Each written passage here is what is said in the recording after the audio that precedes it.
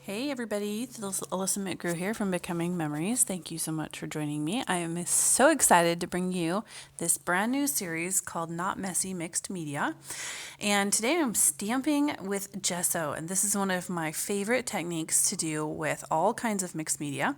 So you're going to need a background stamp, and this is a 2x2 background stamp from this Martha Stewart acrylic stamp set that I've had for like ages. And so I can't tell you if it's available anymore, but I'm guessing it's probably not. You're also going to need some watercolor paper, and you can use any size. I use this Paper Studio watercolor paper that I get half off when it goes 50% off, and makes it pretty affordable.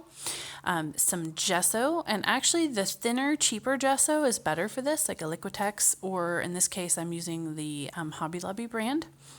And then a piece of packaging. And I have already done this technique once tonight. This is actually the third time that I have filmed this technique due to technical issues. So I've already done this, but I'm going to repeat here so that I can show you. So you take a foam brush and just brush some gesso onto the packaging in an area that's larger than your stamp. And what you don't want to do is take your brush to the acrylic stamp, like I just kind of mimed there. And the reason is, if you do that, you are going to get so much gesso into the cracks and crevices of your stamp that you will not get a clear image. Like all that gesso will kind of run back out and like muddy up your image when you stamp it. And so, sorry about my head in the picture. This is going to happen a few times here because I'm trying to make sure that my stamp is lined up correctly. And when you're stamping white on white, the effect in the end is super cool, but it really is a little bit hard to see sometimes. So this is my end of the day after the shower hair sticking in the picture. So sorry about that, but it's just kind of what happened this time. So I'm reaching over here. I'm going to grab this plastic folder.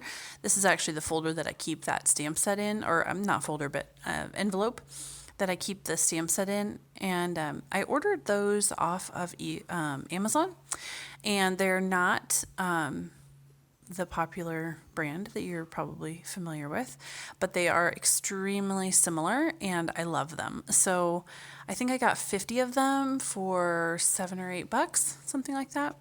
And I use them for scrap storage as well. I'll have to do a video on that sometime.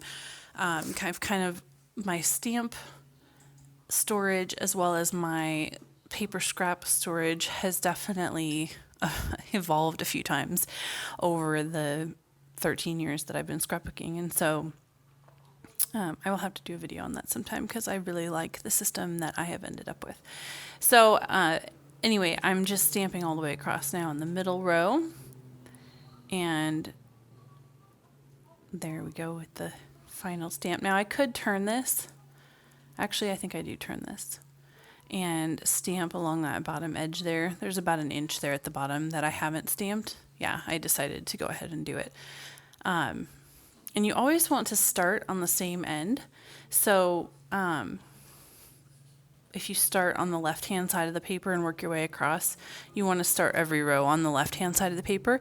That way, if you do get any gaps or lines where there's no stamping, they're at least all lined up, and it looks a little bit more intentional than if you had lines and gaps in different places across your paper. Because sometimes you don't really see all the places you missed until you do your mixed media at the end. So that is it. Now, while this dries, I'm going to clean up my stamp pocket here real quick, and then I'm going to show you some examples of projects that I've created with this technique. And by the way, one of the things that I love to do is with this stamp is when I'm working and I'm not quite ready to get up and clean my stamp because I have to go all the way to the other room, I just put a wet wipe right over the stamp, and that keeps it damp enough that I can continue to work for a while without getting up to wash my stamp. And then, of course, I don't leave it for hours and hours that way, but it does keep it from hardening. So here's the one that I did with a different stamp. And I used it on this layout. I actually cut it into those raindrop type shapes that you see there. And this is a photo of my children washing the mildew off the back of the house. And so the water droplet kind of fit that particular page. This is one I did earlier tonight when I thought I was recording, and I misted over that, and you can really see how the resist happens. This one here, I made a card out of this, and I did this with Distress Oxides and my ink applicator from Ranger. Here's another one that I did with a different background stamp and some mists. And then there was one more example that I've already cut into hearts and used on this layout, and I cut them out just like free-handed hearts, cut them out and put them on this layout. And I'll show you that layout here in detail in at the end of this video. So this is dry now by the magic of YouTube. And so I've decided to try something different with this one, and I'm going to use this Gold Shine Shimmer Mist, or Gold Shine, yeah, there we go, from Heidi's Pop. And I'm just soaking the whole thing, giving it a second to kind of soak in, and then I'm using a baby wipe to kind of blot it off. And the reason I use a baby wipe here and not a paper towel is I have found that with this particular technique, the gesso is matte, it's not glossy, and so having that dampness of the baby wipe actually helps keep it helps take that mist or that ink or whatever it is off of that gesso while still leaving it on that watercolor paper. And that way you get that resist effect.